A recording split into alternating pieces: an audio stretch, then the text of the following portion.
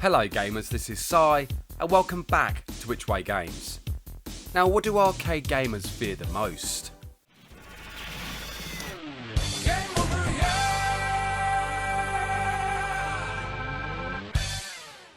And with that being said, let's get on with the video.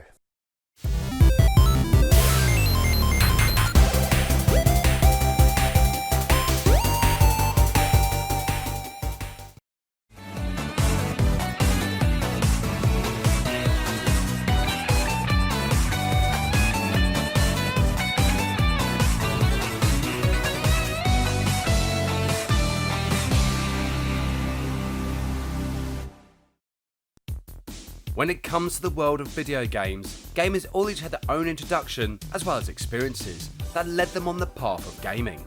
Of course, one place that stands out among the rest is the beloved arcade. Gamers would use countless amounts of money inside these amazing places of pixel fun, building lasting memories that even now I look back on with fondness. My passion for gaming all started with a certain blue hedgehog, but that's for a whole different video. However, there was at one moment in time where a single pound coin helped ignite this passion even further. It was a warm Saturday morning and I just finished watching the X-Men and Spider-Man. There was a knock at my front door, and when I answered, I saw my friends on their bikes with a smile like a Cheshire cat upon their faces. We were ready for a day of exploring the local woods, but they also mentioned about a secret place they'd discovered. Of course, the woods would always be one place we'd go to. However, curiosity got the better of us, and so we headed off for the secret location. Riding like our lives depended on it, we noticed a massive building in the distance, which as we got closer, we heard some strange yet enticing sounds coming from within. And as we arrived, we soon found ourselves at the doors of an arcade. As you can guess, we spent many weekends playing in the arcade. But of course, where did the world of arcade gaming begin?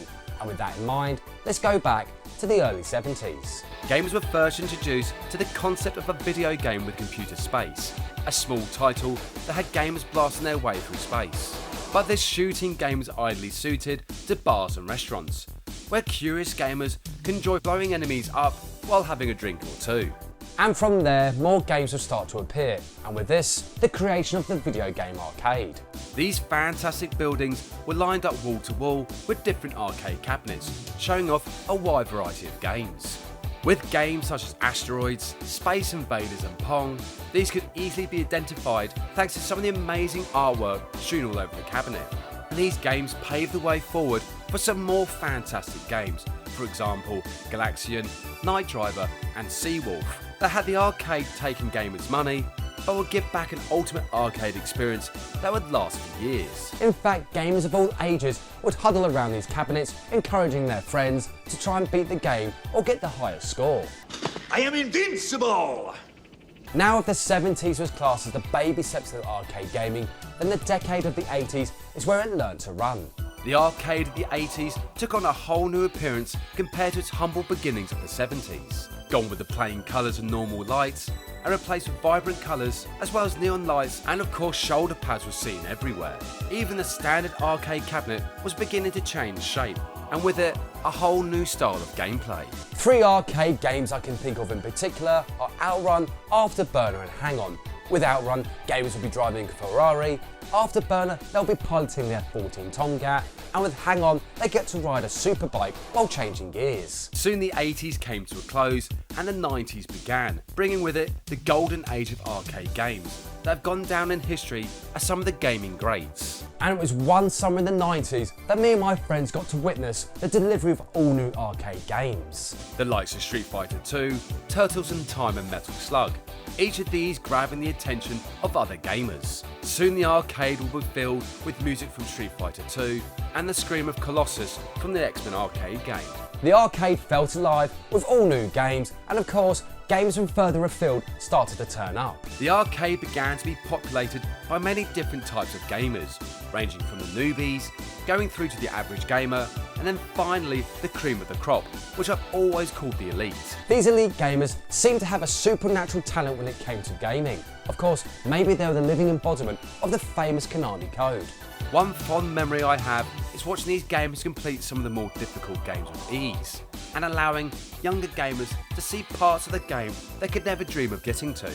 Just imagine being a newbie and you get to see all new stages, bigger bosses, while watch the elite putting in their initials for their final high score. It was all about bragging rights as well as friendly rivalry. These gamers would make up their own tournaments to see who really was the best, and eventually the arcade would start to get overcrowded. For many years the same initials would dominate the high score screen, but little did we know that the arcade would eventually come to an end. With gaming technology advancing, home consoles were starting to catch up with their arcade counterparts. Some of the great arcade games soon found themselves being ported over onto consoles, such as the Super Nintendo and the Sega Mega Drive.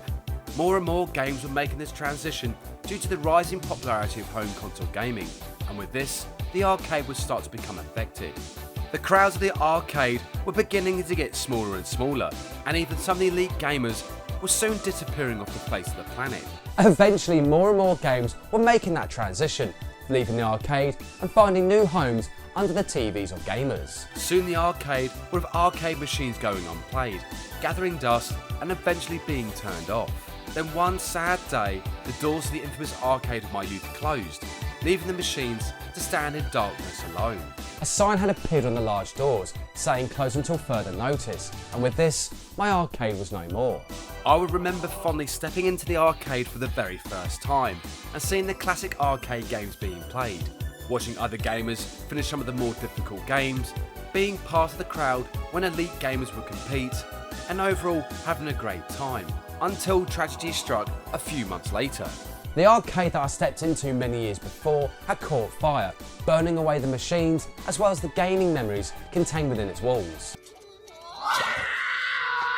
Gamers were obviously heartbroken that this once fantastic building had become a pile of ash, but this didn't stop their passion for gaming. The same gamers that occupied the arcade luckily could play most of their classic games on console ports, and as the years went by, new consoles and games appeared.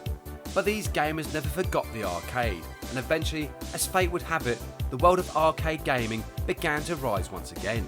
Some of these gamers even went as far as opening up their own arcades, bringing back the nostalgia and hopefully a whole new wave of gamers. And now with arcade gaming back on the rise in popularity, many gamers find themselves looking back to the past for inspiration, as well as seeing some of the amazing games they used to play. Perhaps in time the arcade will become a staple of entertainment once again, with all new games, as well as the innovation of new technology.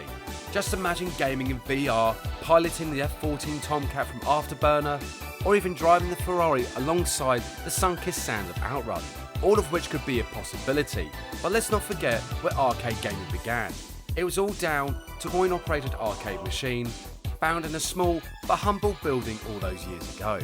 Anyway, come back next time where a star child is on a quest to save his father, but can he protect the Valdez system in time? Thank you so much for watching, and see you next game.